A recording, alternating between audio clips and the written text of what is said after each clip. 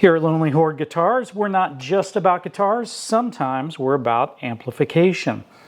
And today's project is I want to install this Mojotone FX Loop mod into my Mojotone 50-watt bass head. So for the first thing that Mojotone wants you to do is figure out where you're going to get power. Up front, it talks about they want no more than 400 volts and they want it as late as possible into the filtering stage of your power supply. So when I go checking the voltage on my amp at sort of the last stage of the filtering, I am at 420 volts right here. That's pretty close, but it's still a little bit more than 400. But if you get down into the deeper instructions on this board, where they're asking you to measure it is actually right after this resistor, so your voltage is going to drop again. And that takes that 420 down to 338 for my amp, so we're good. That's a good place to pull power. Ground, they're just suggesting, of course, be close to where it is and not introduce any ground loops, but I've got plenty of spots over here that I can ground to, so that's all good.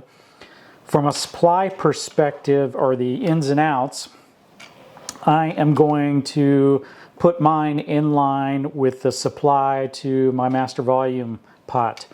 So that comes out here, goes into here. I've actually wired everything up temporarily just to make sure that my thought process is correct and everything works the way I expect it. But we'll go ahead and follow the real installation with this video. The other thing that I thought might not be kind of obvious and put you in a bind is you need to decide how you want this board to be installed. Now I've got plenty of back panel room over here, so this is where this is going to go. But do you want the board with the components up, or do you want the board with the components down? Now there is a pot on here to adjust the return volume levels.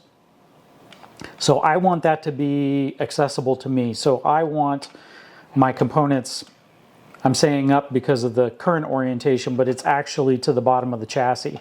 So I'm going to mount this like this.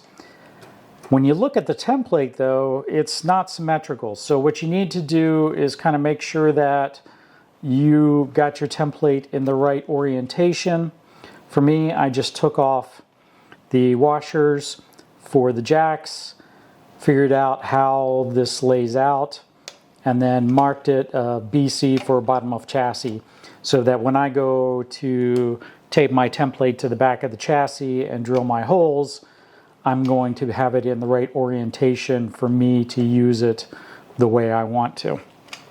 All right, so that all said, I think those are the things that we needed to figure out before we get, drilling, and now we will go ahead and take care of that. As always, this amp has a lot of high voltage sources in it.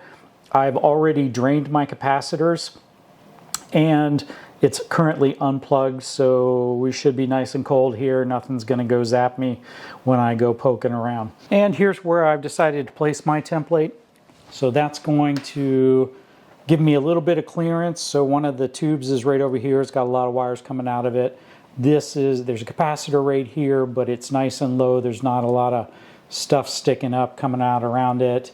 I did have to rearrange one of the ground wires from this speaker jack. Instead of just going out and down, it now goes down and out. But that should give us plenty of space and clearance and staying away from anything too hot for that board. Probably a little hard to see here with the black on black, but I've taken a hole punch and sort of made a spot here where I'm going to drill. I'm going to do all three at a 1/4 inch. Because a 1/2 inch bit usually that's going to grab as soon as it hits that metal, and then use a step up bit to make the jack holes a little bit bigger. I do have this clamped to the bench, so hopefully it won't move around too much. All right, Let's clean up our mess. All right, we got most of it all cleaned up here. Just gonna take a little file and clean up the burrs. Everything is wired in and we are connected and tested. So ultimately I pulled power from the last, right off the capacitor's lugs in the last part of the filtering chain there. And I ran my ground to this speaker jack because I had to redo that solder joint anyways.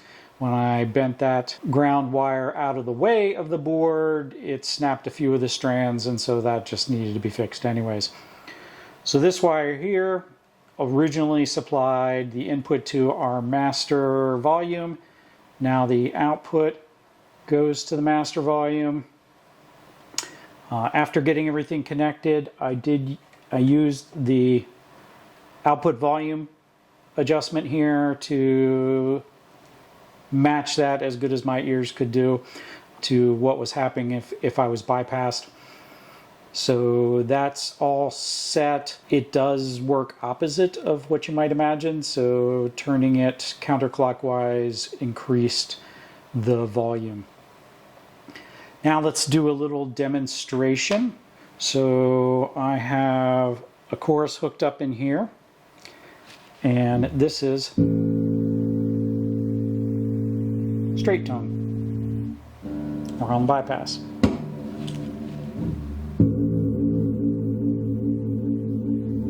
And then we hear a little chorus. All right. So if this is the kind of content you like, please like, subscribe, comment below. Is there a better way I could have done this? What did I goof up? Tell me all of the things that I did wrong. Or if it's helped you, let me know. See you at the next one.